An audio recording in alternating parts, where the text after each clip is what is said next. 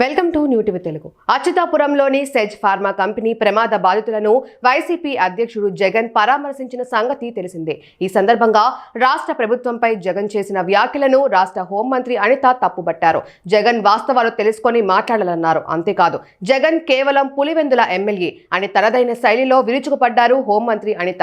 Pharma ఘటనపై ప్రభుత్వం నిర్లక్ష్యంగా వ్యవహరిస్తోందని, గతంలో ఎల్జీ పాలిమర్స్ ఘటన జరిగితే ₹1,00,000 పరిహారం అందేలా చూస్తానని జగన్ అన్నారు. ఇప్పుడు అచ్యుతాపురం బాధితులకు పరిహారం ఇవ్వకుంటే వచ్చి ధర్నా చేస్తానని హెచ్చరించారు. ఈ వ్యాఖ్యలపై హోంమంత్రి అనిత స్పందించారు. బాధితులకు సాయం అందిందా లేదా అన్నది నిర్ధారించుకొని జగన్ మాట్లాడితే బాగుంటుందని హితవు పలికారు. గతంలో ఎల్జీ పాలిమర్స్ ఘటన జరిగితే జగన్ వచ్చారని, ఎయిర్పోర్టుకు వచ్చి కంపెనీ యజమానులను పిలిపించి పరిహారం అక్కడే వదిలేశారని అనిత ఆరోపించారు.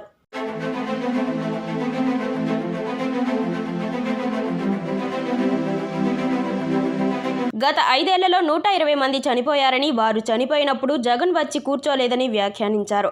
ఘటన జరిగి 24 గంటలు గడవక ముందే చంద్రబాబు క్షతగాత్రులను పరామర్శించారని వెల్లడించారు. ఘటన జరిగిన ప్రదేశాన్ని పరిశీలించి అధికారులతో సమీక్షించి ఇలాంటి ఘటనలు జరగకుండా చూడాలని చంద్రబాబు ఆదేశించారని తెలిపారు. తీవ్ర గాయాలైన వారికి ₹50 లక్షల, ఒక మోస్తారుగా గాయపడిన వారికి ₹25 లక్షల ప్రకటించినట్లు వెల్లడించారు. ఈ డబ్బును 24 గంటల్లో ఇవ్వాలని ఆదేశించిన తర్వాతే చంద్రబాబు ఇక్కడి నుంచి వెళ్లిపోయారని అనిత వివరించారు.